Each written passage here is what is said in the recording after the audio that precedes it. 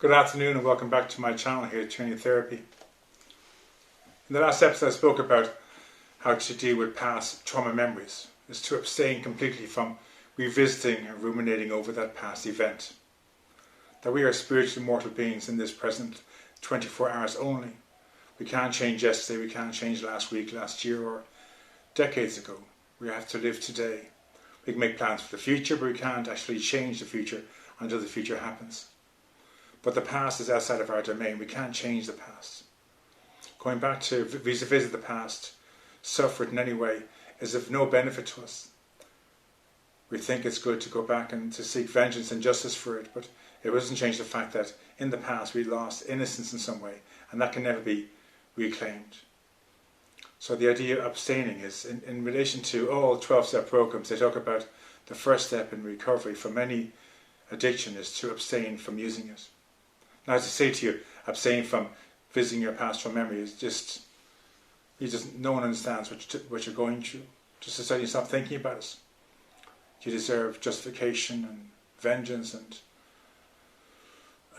and justice. And to someone say, let it all go, seems really, really strange. But the only person who can heal you of your past trauma memory is you. And the only way you can do it is by letting go of it. By healing it spiritually, by embracing a spiritual solution to take care of the past. And to let it go, you can concentrate in the present. So I'd like to expand today on how you can go about embracing the idea of abstaining from the past. And you can abstain from the thoughts and feelings you have around the past. You can abstain from being a victim just for 24 hours. You can abstain from feeling guilt or anger or blaming anybody for 24 hours.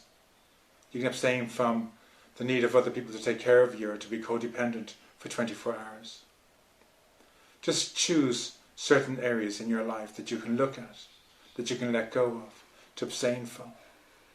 Abstain from being a victim for 24 hours. In every instance, in every situation in your life, just choose today not to be a victim for 24 hours. Just for these 24 hours, and see how you get on. And then maybe do it for 72 hours. Maybe do it for a week then. And just take it piecemeal. So that one at a time, I choose today not to be a victim. I won't be a victim today, whatever happens with my wife, my family, my parents, my siblings, my boss, my colleagues, clients, whatever it is, I choose not to be a victim today. And just work on that, to change your persona from being a victim. It helps when you look back on your past, you look at it from a different perspective. Be able to see that the past event didn't happen to you, it happened to a younger version of you. That you're carrying a memory for a past aspect. Again, you may look at blame and choose not to blame anybody for everything and anything, whether it's a traffic, whether it's a parking violation, whether it's a boss or a colleague makes a mistake. Not blame anybody just for these 24 hours. In my last blog I wrote about this. There's a wide range of topics I suggest that you could look at to abstain from. And go through them all. There's probably ones you can add to it. So any problem you have with your parents or your siblings or your partner, your husband or your wife or your boyfriend, your girlfriend or a neighbour, look at these things that you have, that you find fault with, and decide not to find fault with these things for these 24 hours. Whatever the situation is in life, just choose for these 24 hours to abstain from finding fault. Just abstain from blaming, and so on. Abstain from not forgiving a person, not tolerating a person. Abstain from these behaviours. And as you learn to do this, you become stronger in yourself. You become aware of life and life's terms, and you are in control of your life. You don't have to be codependent or needy of other people to protect or take care of you. You can do it today. You let go of all these thoughts and feelings one at a time. And maybe at the end of the week you come stronger of not blaming people. And then at the end of 2 weeks, not blaming and not resenting, and so on. And as you do this, when you go back to look at your past trauma event, you'll be able to separate from it.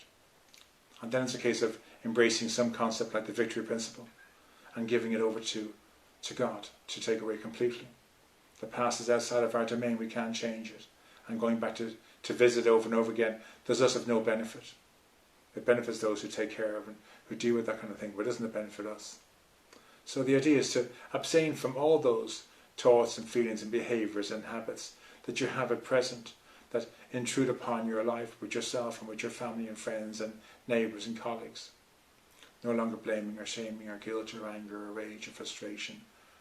Choose one at a time and go with that for a few days and then try another one. Also, don't have secrets. Find somebody you can confide in, whether it's a good friend or your therapist or a local parish pastor or minister. Find someone you can talk to and let go of these feelings. Your partner in life, whatever it is, find some way of not keeping secrets, that not separating yourself from the life around you. And abstain from these old behaviours. Thank you all very much for joining me today.